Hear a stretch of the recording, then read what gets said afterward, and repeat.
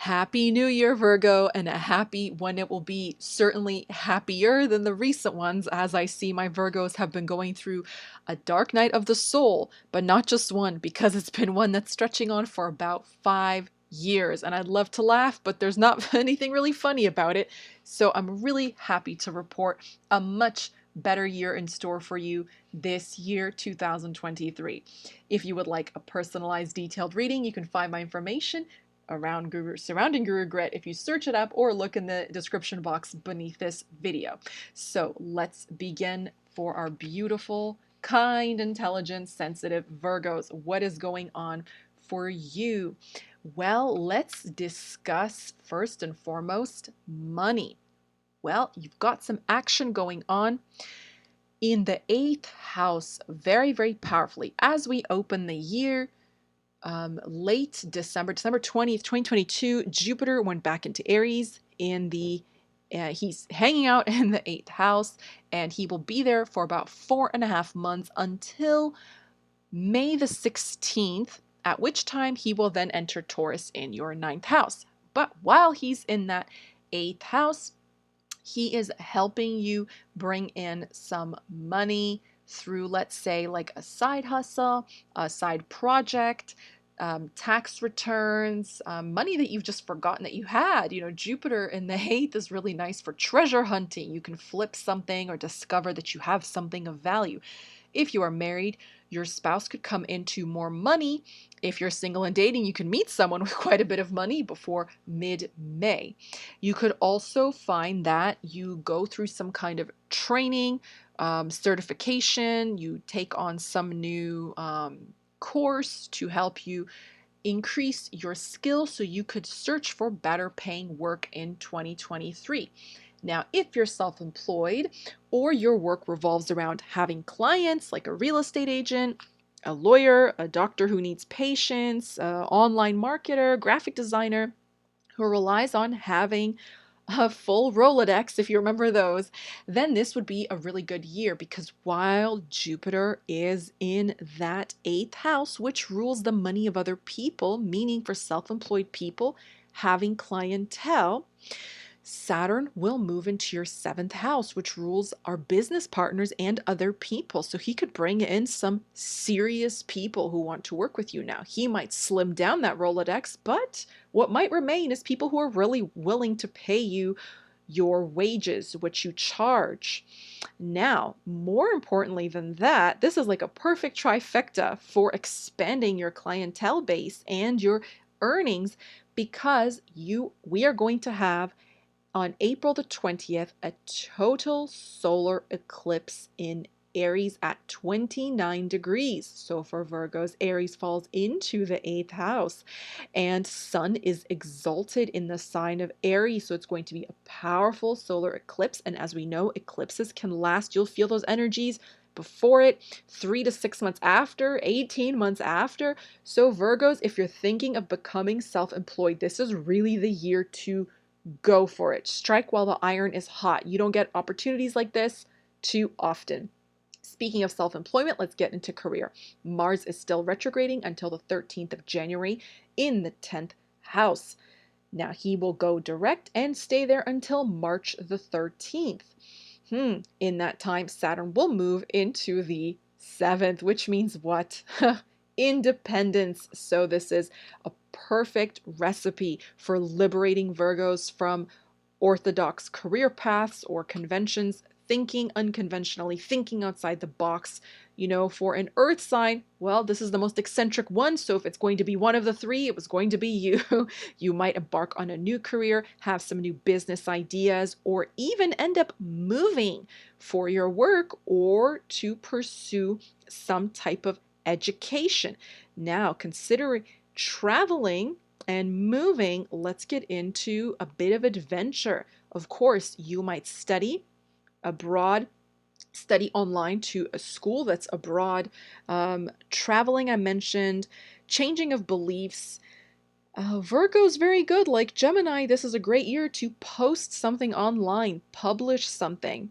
And you know what? Speaking of traveling, speaking of meeting new people, let's get into probably the best thing for Virgos. A very unsuspecting sign when you think about romance. But when you piece these transits together, it makes perfect sense that 2023 can really be the year some Virgos meet someone really special, revive an existing relationship, breathe some fresh life into that stale energy, or actually settle down. Maybe you get married. Why? Because Jupiter has been bobbing and weaving in and out of that seventh house in his own sign where he is very happy. Fair enough.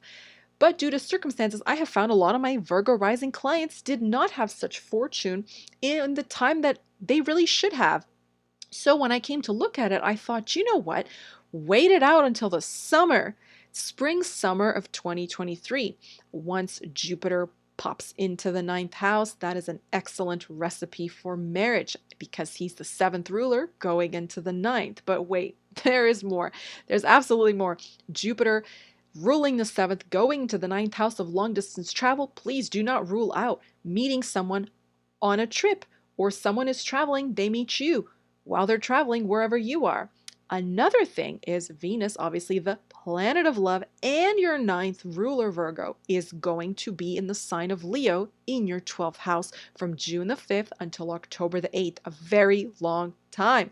So we've got a double whammy of meeting a foreigner or when you're away from home, or when that person is maybe they're traveling for work or business, or they're an international student. They meet you where you are.